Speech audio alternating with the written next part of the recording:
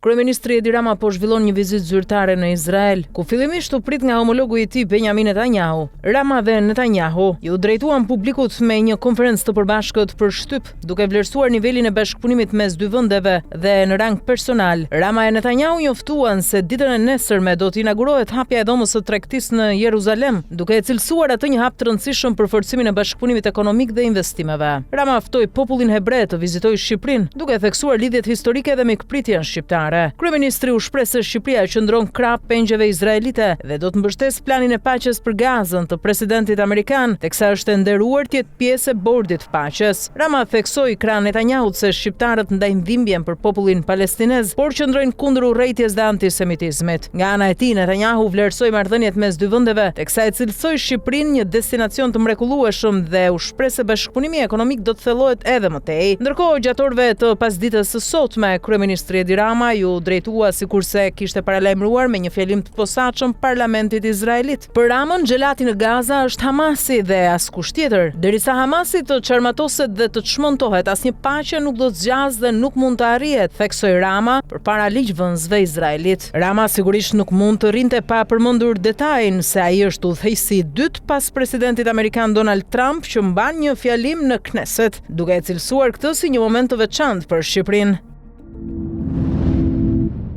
Kreu i Partisë Demokratike Sali Berisha ka zhvendosur betejën politike me kryeministrin Edi Rama në Strasburg, aty ku po zhvillohet mbledhja e radhës së Asamblesë Parlamentare të Këshillit të Evropës. Pas protestës kombëtare të 24 janarit, Berisha udhëtoi drejt Strasburgut së bashku me deputeten demokrate Albana Vokshi për të qenë të pranishëm në selinë e këtij institucioni. Në një videomesazh nga Asamblea Parlamentare, Berisha deklaroi se opozita po vijon betejën kundër asaj që ai e cilëson narkoshtet dhe keqçeverisje, teksa kryeministrit i drejtohet si Ramaduro, duke theksuar se kauza opozitare po dërgohet në arenën ndërkombëtare dhe në vëmendjen e institucioneve europiane.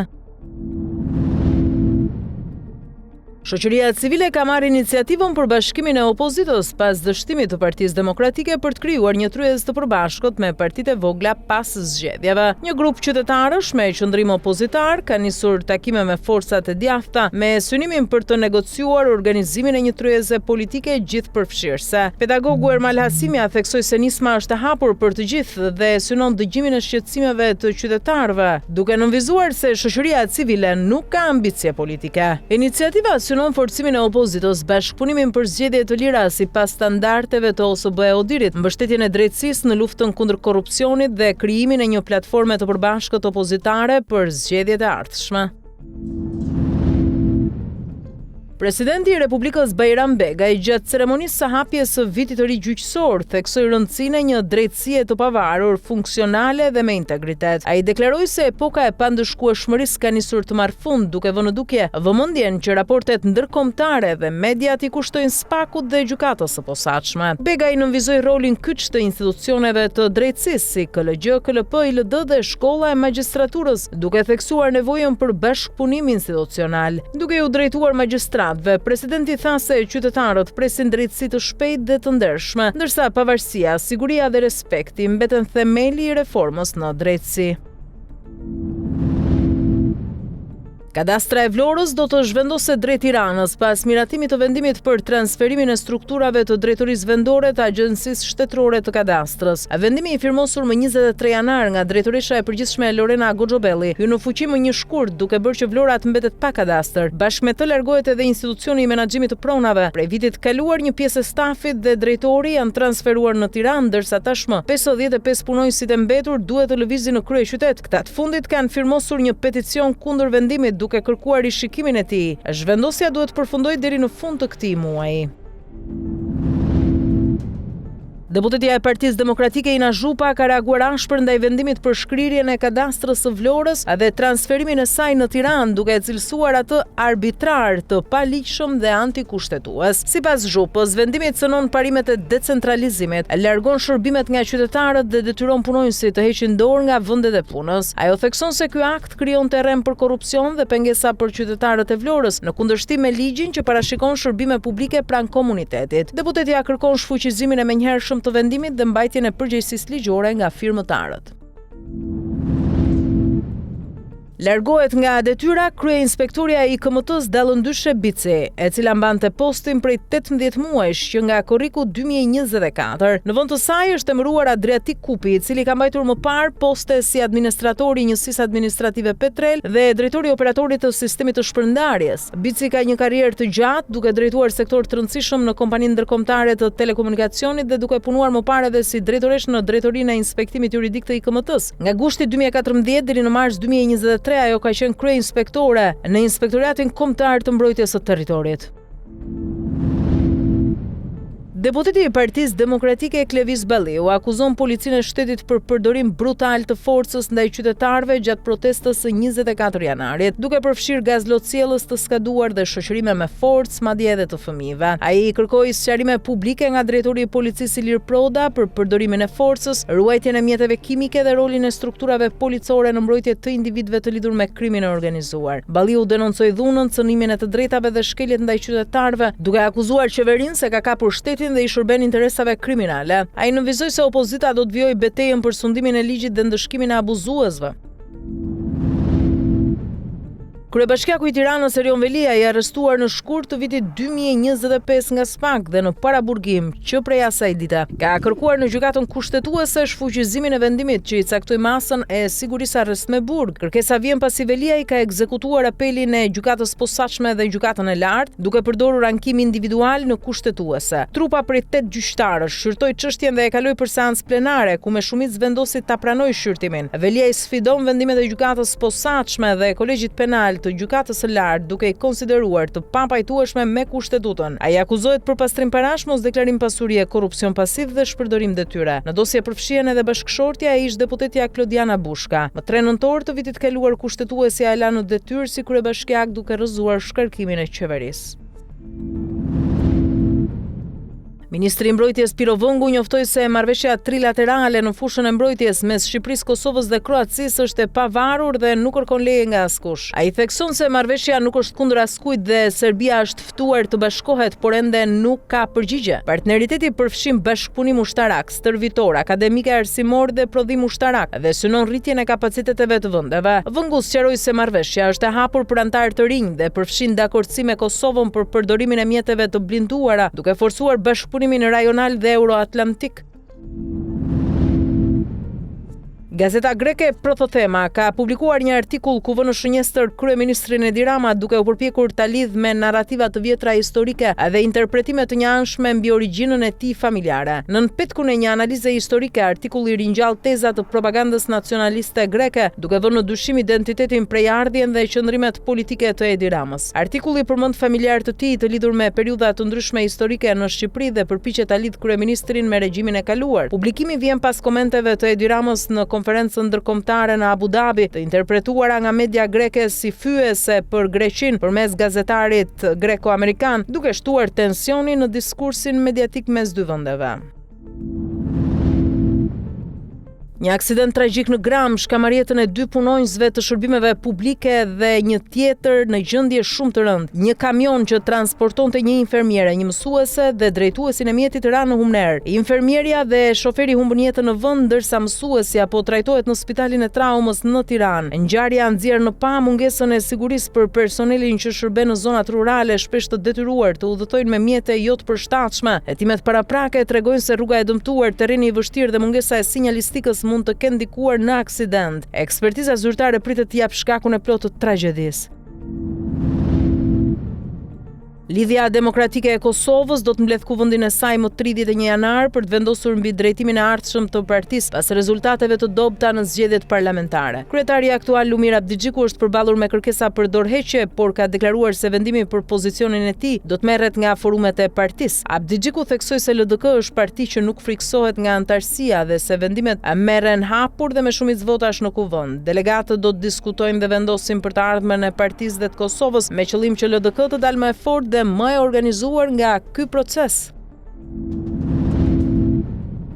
Prokuroria e specializuar në Hag ka kërkuar që Hashim Thaçi të mbahet në paraburgim, duke argumentuar se përparimi i shpejtë i gjykimit rrit rrezikun e arratisjes dhe pengimit të procedurave. Sipas prokurorisë, Thaçi ka njohuri të plota për akuzat serioze ndaj tij dhe për provat, dhe ekziston rreziku që të ndikojë në dëshmitar ose të shpërndajë informacion konfidencial. Dokumenti përmend gjithashtu friksimin e dëshmitarëve në Kosovë, siç është evidentuar edhe në çështjet e mëparshme të ushtrisë shlirimtare të Kosovës. Paneli i gjykatës thekson se pavarësisht përfundimit të dëshmive, rreziku për procedurat mbetet i lartë. Argumentet përfundimtare të procesit do të zhvillohen nga 9 deri më 18 shkurt. Një zjarr i fuqishëm përfshiu sot fabrikën e biskotave Violanda në Trikala të Greqisë, duke shkaktuar vdekjen e 4 grave dhe plagosjen e 7 personave përfshirë një zjarrfikës. Viktimat punonin në turnin e natës në njësinë e vjetër të prodhimit, ndërsa një punonjëse mbetet ende e zhdukur. Objekti i vjetër u shkatrua plotësisht, ndërsa ndërtimi i ri i fabrikës nuk u prek nga flakët. Të plagosurit morën kujdes mjekësor në Spitalin e Përgjithshëm të Trikalas dhe shumica u liruan gjatë ditës. Kompania Violanda shpreh dhimbjen për humbjet dhe po bashkëpunon me autoritetet për hetimin. Shkaqet e zjarrit mbeten të panjohura, ndërsa incidenti rikthen shqetësimin mbi sigurinë në vendet e punës dhe mbikëqyrjen institucionale të objekteve industriale.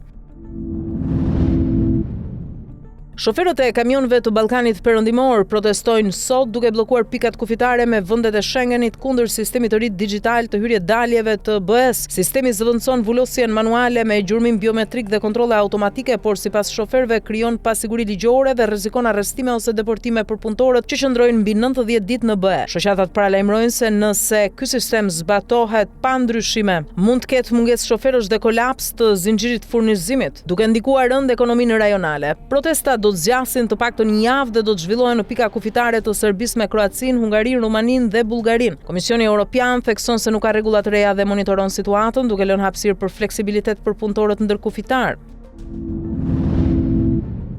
Bashkimi Evropian miratoi planin për të ndaluar importet e gazit rus deri në fund të vitit 2027, duke e bërë këtë vendim ligjërisht të detyrueshëm. Importet e gazit natyror të lëngshëm do të ndërpriten deri në fund të këtij viti, ndërsa ato përmes tubacioneve deri më 30 shtator 2027, me mundësi shtyrjeje deri më 1 nëntor për vendet me vështirësi. Slovakia dhe Hungaria votuan kundër dhe Hungaria paralajmëroi se mund ta çojë çështjen në gjykatën e BE-s për shkak të varësisë nga gazi rus. Para luftës në Ukrainë, Rusia furnizonte mbi 40% të gazit të BE-s, përqindje e cila ra në 13 në 2025. Ky vendim është një hap i rëndësishëm drejt pavarësisë energjetike të bllokut evropian. Delegacionet e Rusisë, Ukrainës dhe SBA-ve zhvilluan një takim 2 ditor për paqe në Abu Dhabi, të parin që nga përshkallëzimi i konfliktit 4 vite më parë. Zyrtarët amerikanë thonë se negociatat shkuan më mirë se sa pritej dhe vendosin procesin në rrugën e duhur. Burimet thonë se takimi midis Vladimir Putin dhe Volodymyr Zelenskit mund të ndodhë së shpejti nëse bisedimet trepalshe vijojnë. Sipas tyre, disa raunde të tjera përgatitore duhet të zhvillohen para se udhëheqësit të takohen ballë për ballë. Ky zhvillim shënon një hap të rëndësishëm drejt mundësisë së një negociate direkte mes tyre.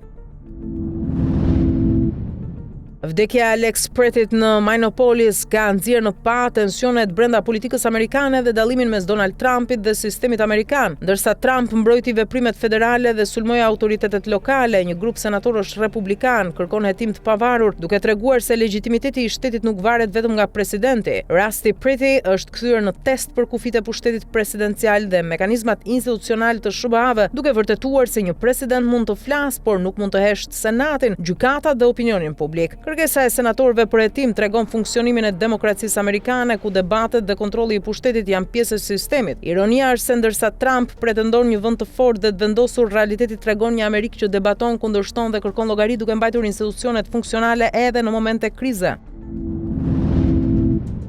Senatori republikan Ted Cruz është në qendër të polemikave pas publikimit të regjistrimeve të bisedave private me donatorë në vitin 2025, ku kritikon politikat ekonomike të Trumpit. Ai paralajmëron për pasoja të rënda për republikanët në zgjedhjet e mesit mandatit 2026 dhe përshkruan rezistencën brenda administratës ndaj marrëveshjeve të reja tregtare. Cruz sulmon zëvendës presidentin J.D. Vance dhe Tucker Carlson për ndikim në vendimet e personelit të sigurisë dhe politikës së jashtme. Ai gjithashtu ndaloi përdorimin e termit dita e çlirimit brenda stafit të tij, duke kërcënuar me pushim. Zëvendësi i tij thekson se Cruz mbetet aleat i ngushtë i Trump, ndërsa kritikët e përdorin këtë rast për të nxjerrë në pa tensionet brenda Partisë Republikane përpara zgjedhjeve presidenciale të 2028-s.